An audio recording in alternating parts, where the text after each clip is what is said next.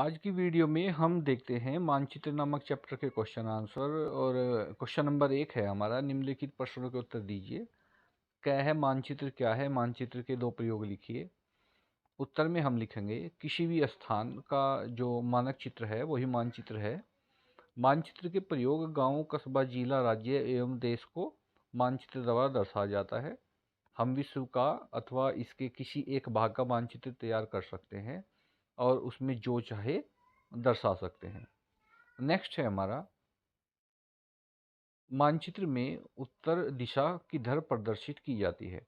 तो देखिए, मानचित्र में जो उत्तर दिशा होती है वह ऊपर की ओर प्रदर्शित की जाती है।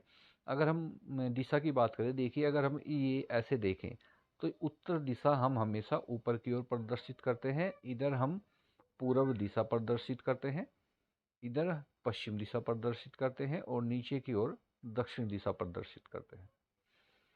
क्वेश्चन नंबर गया है, रूढ़ प्रतीकों का मानचित्रण में क्या महत्व है। उत्तर में हम लिखेंगे मानचित्रों में भवन, बांध, वृक्ष, नदियाँ, घाटी, पठार आदि को दर्शाने के लिए जिन संकेतों, अक्षरों, छायाओं, रंगों, चित्रों तथा रेखाओं का प्रयोग किया जाता है उन्हें रूढ़ प्रतीक कहते हैं।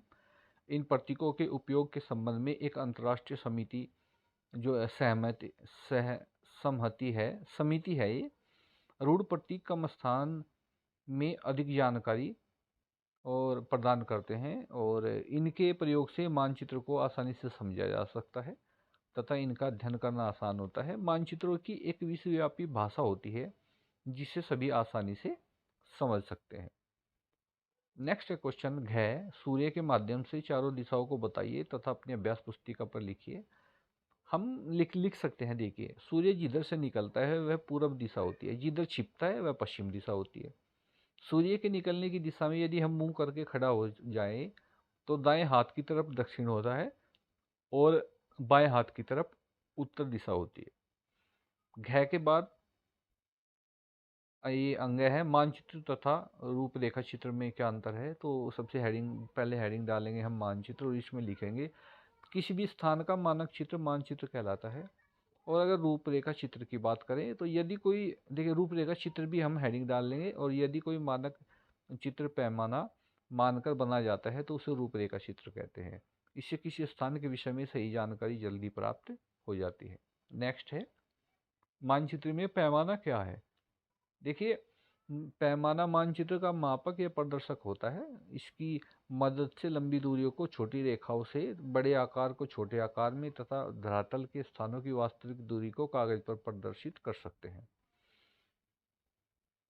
6 है, सुदूर संवेदन किसे कहते हैं। उत्तर में हम लिखेंगे सामान्यतः किसी दूर स्थित स्थान, वस्तु, घटना अथवा धरातल के बारे में बिना वहां गए सूचना अथवा जानकारी प्राप्त करना सुदूर संवेदन कहलाता है। क्वेश्चन नंबर 2 है, क्वेश्चन नंबर 2 में सही कथन में सही तथा गलत के सामने गलत का चिन्ह लगाइए। जैसे कि क है, ग्लोब पृथ्वी का वास्तविक प्रतिरूप है, तो ये सही है। ख है, देखिए क है, ग्लोब पृथ्वी का वास्तविक प्रतिरूप है, ये सही है। ख है, सड़कें, रेल, कस्बों आदि के सही स्वरूप को मानचित्र द्वारा दर्शाया जा सकता है, ये भी सही है।